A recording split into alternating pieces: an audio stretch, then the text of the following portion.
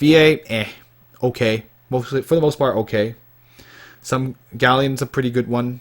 Jessica's pretty good. Alex is okay, not bad. Everyone else is just there. Nash is alright too. Yeah, that's the thing. I can't think of like Royce works. Perfect voice for her.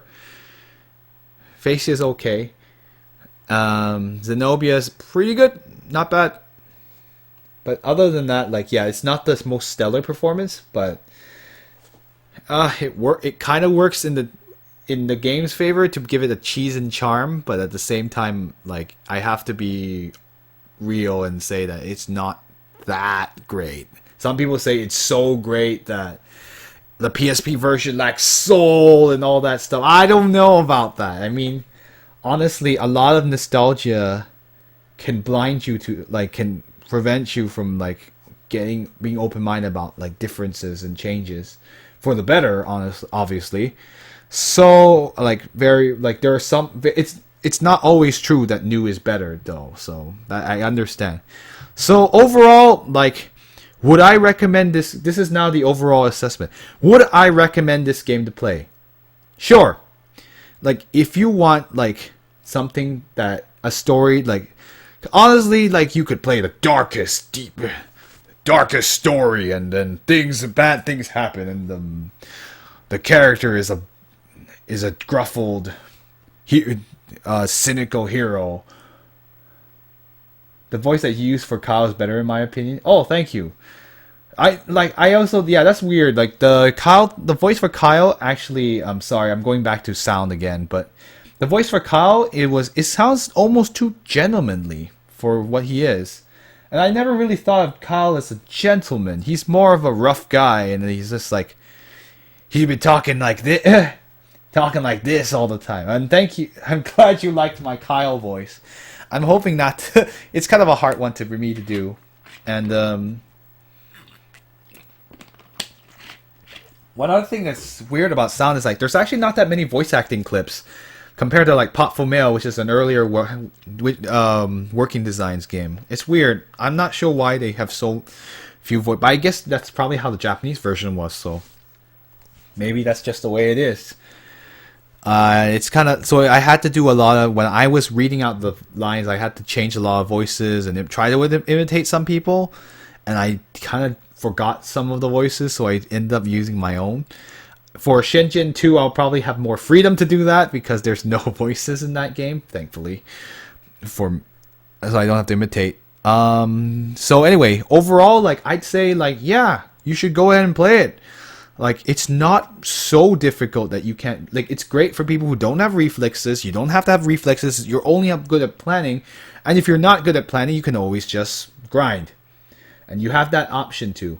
The only thing that you have to worry about is like points of no return. Those are the worst ones to deal with, and that's especially near the end. Especially the final dungeon. You cannot escape that final dungeon. Once you're in, you're stuck. So I actually think that's kind of bad. I think that you should always allow your player to because that final dungeon took so long. Excuse me. And it's like really? Let him go, guys. Let me like if I had not saved an extra one outside that dungeon, if I had come to a point where I had run out of items and I was not able to beat the final boss, I was screwed. I could not win the game. And I would literally, if that had been my only save, I would have had to restart the entire game again. And it's just so lame. It's lame. It is waste. You wasted the player's time of 35.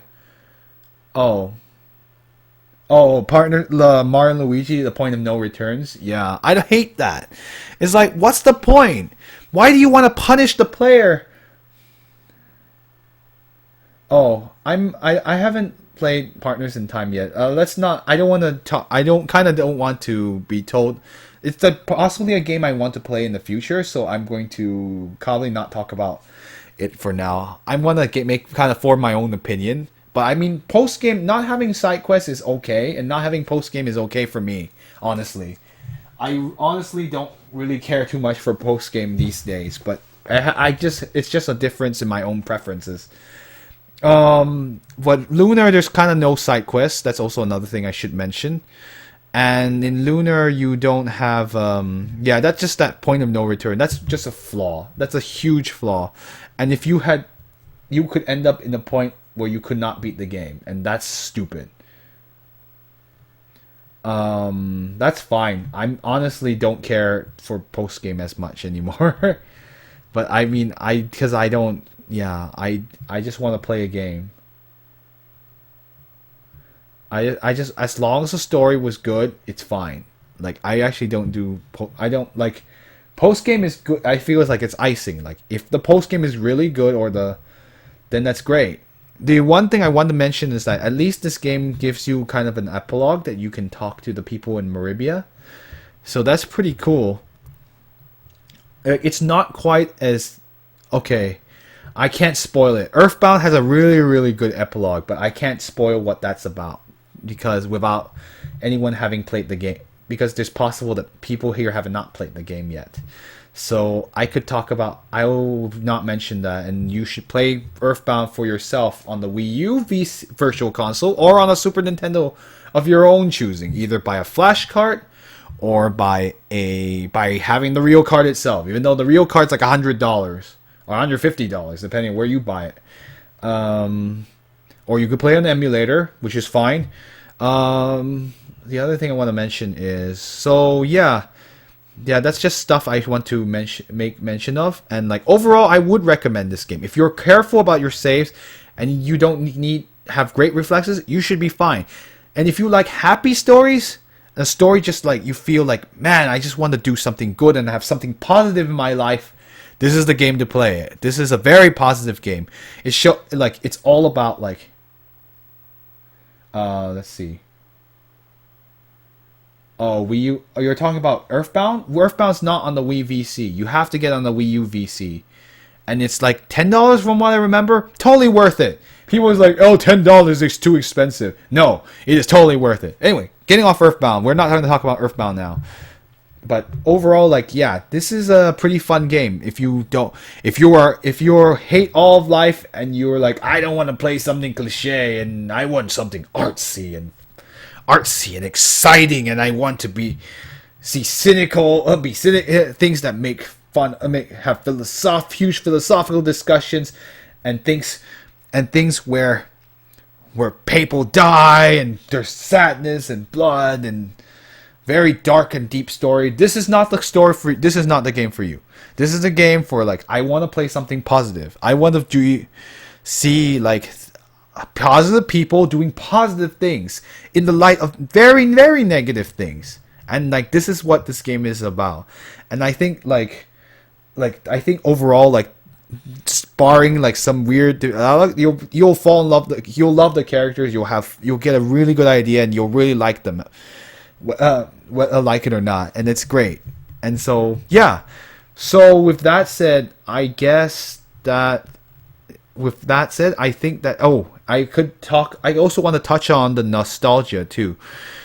I think like the one thing about the history of this game is that there's a huge amount of nostalgia for this. This game sold better in the US than it did in Japan. And like it sold like actually a lot of copies for an RPG like that's not called Final Fantasy, for instance. And like it's a testament, like you can tell like Working Designs put so much they did so much to try to make the game charming and exciting to play, and like I applaud them for those efforts. I mean, maybe I don't agree with the execution or all the things they decided to do, but you could tell they really wanted this game to work, and I think that's why it's still remembered fondly by U.S. players. And I'm sure it's now it's no longer really known in the mainstream anymore due to like this game was 16 years ago now. 16 years of people haven't seen Lunar. But then like you talk to people who have played the game and they have a lot of fond memories and they remember the voices. The only thing is like, yeah, nostalgia makes people give this game a huge amount of ratings. And like I don't know if I agree that this is one of the best RPGs I've ever played. In my opinion, it's not, but it doesn't mean that it's not good. And like this is all subjective anyway. Some people don't like the games I like maybe like Earthbound or Xenoblade or Persona 4 or even like Final Fantasy 6, Chrono Trigger, Chrono Cross. Um there are many games I could talk about, and like I mean like it's all subjective anyway. So you should definitely give this a try. I think it's worthy of giving a try. And you should definitely go get it, or you can play on emulator, or get a burnt copy and play on your PlayStation with a mod chip. I don't know. You can do many things. So, and I think, yeah. I mean, I also kind of like, I've seen some of the PSP version, and I think there are certain voices that might actually be better in that version, but a lot of people, diehard fans of this version, don't feel that way. And like it's just like nostalgia is very powerful, and like even people like Symphony of the Night PlayStation Portable version, a lot I like, oh, the voices are actually like pretty good, and then like people are like, no, it doesn't have lacks the cheese. I was like, oh well, okay. So yeah, that's just one thing. Like nostalgia makes you see things very, like when you were a child, like you remember voices exactly the way you remembered it. It's like that feeling of nostalgia in childhood, and that's why a lot of people are really defensive about the voices in this game. And I'm playing this with no nostalgia for this game because I never had this game as a kid. I only saw this introduced in 2001 long ago on a game show, but I've never had a PlayStation. So there's no way I could possibly have had nostalgia for this. So I'm playing this as an adult now with a play who has RPGs on this. And honestly, Illusion, those two games are excellent. I can't see why you wouldn't like them unless I don't know. You'd have to be crazy. You have to be crazy, or you have to have hate joy, pure joy. I don't know. That's how strong of an opinion I have on Chrono Trigger and Super Mario RPG. But anyway, I'm getting off the topic. So yeah, I think that about covers up my review for today. So I'm going to post this up, and maybe if I think of anything else, I can post it up tomorrow. But like yeah, I had a lot of fun with this game, so that makes me excited. But now this game's time has passed, and we can talk about the future. So